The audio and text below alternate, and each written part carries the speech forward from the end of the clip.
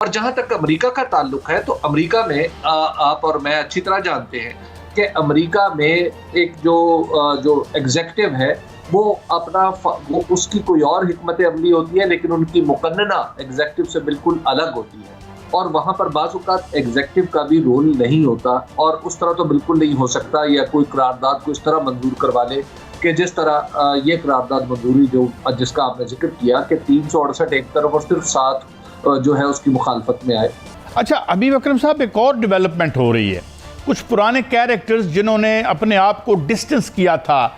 باوجود P T I سے، وہ دوبارہ سے منظر پہ آ رہے ہیں۔ ابھی فواد چوہدری صاحب نے تو یہاں تک کہہ دیا کہ جناب وہ تو جو محمد بن سلمان ہیں وہ آ رہے تھے کچھ گارنٹیز دینے کے لیے، مگر پھر وہ خود مروت صاحب کا نام لے رہے ہیں کسی کا۔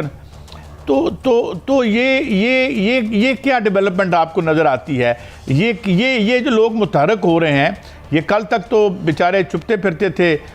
ظاہر ہے یہ افسوسناک بات ہے، تو اب یہ سامنے آنے کی کیا وجہ لگتی ہے آپ کو؟ یہ جو متحرک لوگ اس وقت یعنی جن کا آپ ذکر کر رہے ہیں، اگر آپ ان کا ڈسٹنس پیدا ہونے کی وجہ دیکھیں تو وہ بھی کوئی ایسی معقول وجہ نہیں تھی۔ انہی کے بہت سارے دوست تھے جنہوں نے ساری سختیاں برداشت کی، لیکن کسی بھی قسم پریس کانفرنس کرنے سے انکار کر دیا، کسی بھی قسم کا ٹویٹ کرنے سے انکار کر دیا، وہ روپوش ہو گئے، انہوں نے خود کو جیلوں میں ڈلوا لیا، وہ جو کچھ بھی انہوں نے صورتحال جو بھی ان کے ساتھ پیش آئی وہ اپنی جگہ، لیکن انہوں نے اپنی پارٹی کو چھوڑنا مناسب نہیں سمجھا۔ لیکن یہ جو متحرک ہوئے ہیں، فواد چودھری صاحب ہیں، علی زیدی صاحب ہیں، عمران اسماعیل صاحب ہیں، تو یہ بہت ہی یعنی آپ جو کچھ بھی کہیں، لیکن بہرحال انہوں نے اس دباؤ کے سامنے کنسیڈ کر دیا تھا، اور جب دباؤ کے نتیجے میں یہ چلے گئے تو پارٹی سے ان کا تعلق بھی ٹوٹ گیا۔ پھر علی زیدی صاحب اور فواد چودھری صاحب کو اگر خاص طور پر ان کا ذکر کیا جائے تو ان دونوں نے استحکام پاکستان کے جو پارٹی بنائی گئی تھی، جہانگیر خان ترین صاحب نے بنائی تھی اور علیم خان صاحب نے بنائی تھی،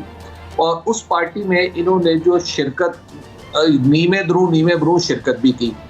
اب جیسے ہی حالات میں کچھ نرمی آئی 8 فروری کے جب الیکشن ہو گئے، تو اس کے بعد جو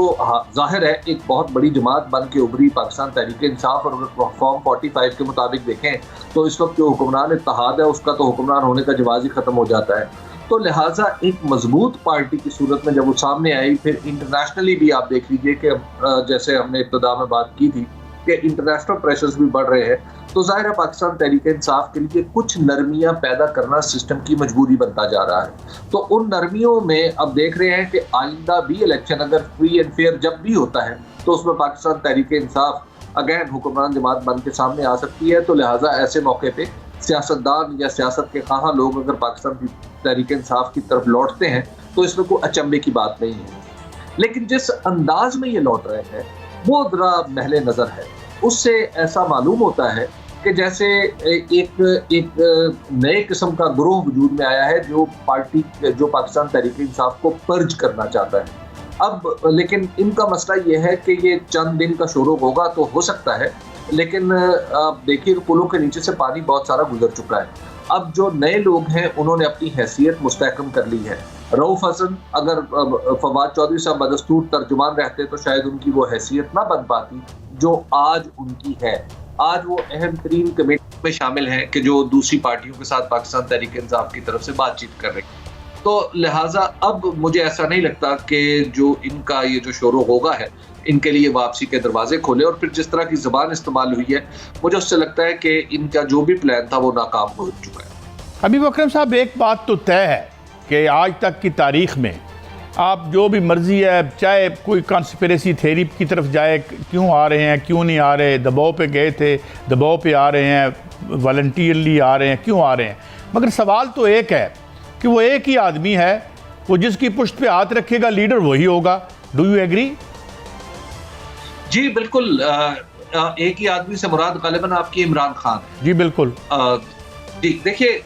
عمران خان صاحب اس وقت جو ان کی حیثیت ہو چکی ہے مقبولیت کے اعتبار سے، وہ تو پاکستان کی تاریخ میں پہلے تو کبھی نظر نہیں آئی، یا کم از کم وہ تاریخ جو میں نے پڑھی ہے اور وہ تاریخ جو میں نے اپنی آنکھوں سے دیکھی،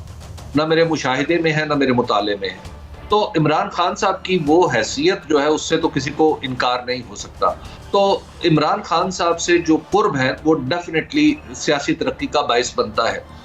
لیکن اب یہاں پر اگلا سوال پیدا ہوتا ہے کہ کیا ان لوگوں کو عمران خان کی حمایت حاصل ہے؟ کیوں مجھے اس میں یہ کہنا مجھے لگتا ہے کہ بہت مشکل ہے. اس کی وجہ یہ ہے کہ خود عمران خان صاحب کی مجبوری تو ہے نا کہ ان کے ساتھ جو لوگ کھڑے رہے تھے کیا ان کو وہ ڈسکارڈ کر سکتے ہیں برے ترین حالات میں جنہوں نے ان کا ساتھ دیا. آپ کو یاد ہوگا رؤف حسن صاحب آپ کے بھی کتنے پروگراموں میں آ چکے ہیں. ایک وقت ایسا نہیں تھا کہ رؤف حسن صاحب کو آپ ٹی وی پہ لا ہی نہیں سکتے تھے. ہم نے وہ وقت بھی تو دیکھا ہے نا. تو اب جب وہ بات کر رہے تھے اور اس وقت بھی وہ یعنی یوٹیوب پہ پریس کانفرنس کر لیتے تھے, وہ پریس سے بات کر رہے تھے, اخبار میں ان کی خبر نہیں چھپتی تھی لیکن وہ مسلسل بات کر رہے تھے, لوگوں کو کنونس کرنے کی کوشش کر رہے تھے. تو کیا اب انہیں فواد چودھری کو ان کا متبادل سمجھا جا سکتا ہے؟ تو کس بنیاد پہ سمجھا جائے گا؟ اور خود آپ یہ سوچئے کہ پی ٹی آئی کا کارکن بھی ایسا نہیں ہے کہ جو اس طرح کے کسی فیصلے کو چاہے وہ عمران خان کی طرف سے بھی آئے ٹھنڈے پیٹوں برداشت کر لے گا. اچھا حبیب اکرم صاحب, دو معاملات ہیں. ذاتی طور پر تو میں بڑا اپنے آپ کو خوش نصیب سمجھتا ہوں جب سے جو سپریم کورٹ میں کی جو ہیئرنگ ہے وہ لائیو میں دیکھ رہا ہوں, بڑی انلائٹننگ ہے. ایک تو یہ, اور دوسرا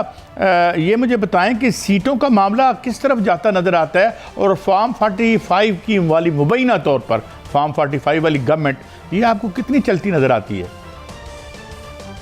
جہاں تک مخصوص نشستوں کا معاملہ ہے تو قاضی صاحب اس کا فیصلہ صرف ایک ہی ہو سکتا ہے, اور جو دستور قانون کے مطابق بھی ہوگا اور اس کے ساتھ ساتھ جمہوری روایات کے مطابق بھی ہوگا, وہ یہ ہے کہ پاکستان میں فیصلے کی بنیاد ووٹ ہے. اب اس ووٹ کو چلیے ابھی ہم فارم 45 اور 47 کی بحث میں نہیں جاتے, ہم خود الیکشن کمیشن کے جاری کردہ اعداد و شمار کے مطابق جاتے ہیں. تو ان کے شمار کے مطابق جو پبلک نے ووٹ دیا ہے وہ کسی کو بھی اتنا مینڈیٹ نہیں دیا کہ وہ آئین میں ترمیم کر سکے. ایسا ہی ہے نا. تو جب کسی کو مینڈیٹ میں ترمیم نہ کرنے کا اختیار نہیں دیا, معاف کیجیے گا, کہ کسی کو مینڈیٹ کرنے کا اختیار ملا ہی نہیں عوام کی طرف سے, تو آپ اس کو کلیریکل طریقے سے آپ اس اختیار کو پورا کرنا چاہیں تو یہ پاکستان کے ساتھ بھی زیادتی ہوگی, آپ کے دستور کے ساتھ بھی زیادتی ہوگی, اور جمہوری پرنسپلز کے بھی بالکل یہ متضاد ہوگا. تو لہٰذا اس کا فیصلہ اگر تو دستور, قانون, انصاف اور جمہوری قاعدوں کے مطابق ہونا ہے تو پھر تو یہ نشستیں ڈیفینیٹلی پاکستان تحریک انصاف کی طرف آتی ہوئی نظر آ رہی.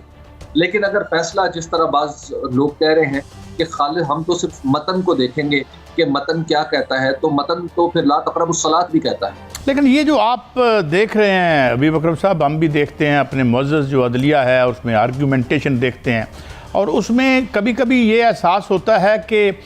بجائے جو وکیل صفائی ہے یا دوسرا وکیل ہے اس سے مخاطب کر کے اس سے کوئی بات ہم زیادہ سنیں, زیادہ گفتگو ہمیں اپنی انتہائی اعلیٰ عدلیہ اور معزز اور قابل احترام عدلیہ کی طرف سے ایک سوالوں کی بچھاڑ آتی ہے, اور یوں بھی نظر آتا ہے کہ جیسے وہ ان کا بظاہر مخاطب اور ہے اور اصل میں کوئی اور ہے. تو اس پہ آپ کا کیا ٹیک ہے؟ دیکھیے قاضی صاحب, ہمیں یہ ذہن میں رکھنا چاہیے کہ ہم قانون اور انصاف کے دور عیسوی میں زندہ ہیں, اور ہمارے جو چیف جسٹس صاحب جناب جسٹس قاضی فائز عیسیٰ ہے, قابل احترام ہیں, انہوں نے ہی اپنے, جب یہ چیف جسٹس نہیں تھے تو انہوں نے ہی کچھ اس طرح کا طرز عمل اختیار کیا تھا کہ وہ اپنے چیف جسٹس کو مخاطب کرتے تھے تو کسی اور انداز میں کرتے تھے. ان دونوں کے درمیان اختلافات اتنے بڑھ چکے تھے کہ خاص طور پر ایک گروپ کے بارے میں کہا جاتا تھا کہ عمر عطا بندیال صاحب کا گروپ ہے, اور دوسرے کے بارے میں کہا جاتا تھا کہ یہ قاضی فائز عیسیٰ صاحب کا گروپ ہے. اور قاضی فائز عیسیٰ صاحب نے کئی بار خطوط بھی لکھے, اور آپ پھر دیکھیے کہ وہ جو جوہری معاملات تھے جہاں پہ دستور کی اور قانون کی بالادستی کا تقاضا کچھ اور تھا, وہاں پر بھی آپ دیکھ لیجیے کہ قاضی صاحب نے اختلاف کیا. اب ڈیفینیٹلی انہوں نے قانونی اختلاف کیا, لیکن بعض لوگ جو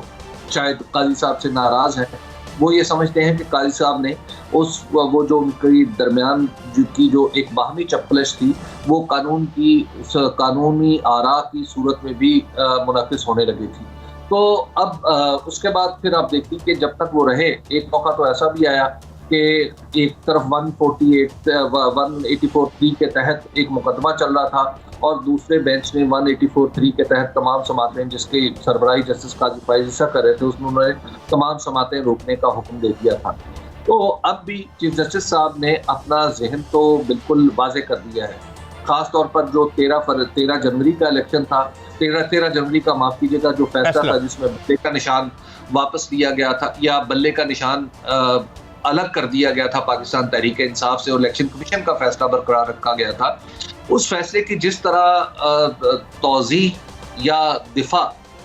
چیف جسٹس جناب جسٹس قاضی فائز عیسیٰ نے پہلے برطانوی ہائی کمشنر کو لکھے ہوئے ایک خط میں کیا اور اس کے بعد جس انداز میں خود عدالت میں بیٹھ کے کیا جبکہ ریویو اس کا پینڈنگ ہے، تو اس سے ظاہر تو ہوتا ہے کہ خود ان کا ذہن ایک الگ نہج پہ سوچ رہا ہے، جبکہ کچھ ججز کا جو استدلال ہے وہ ان سے مختلف ہے۔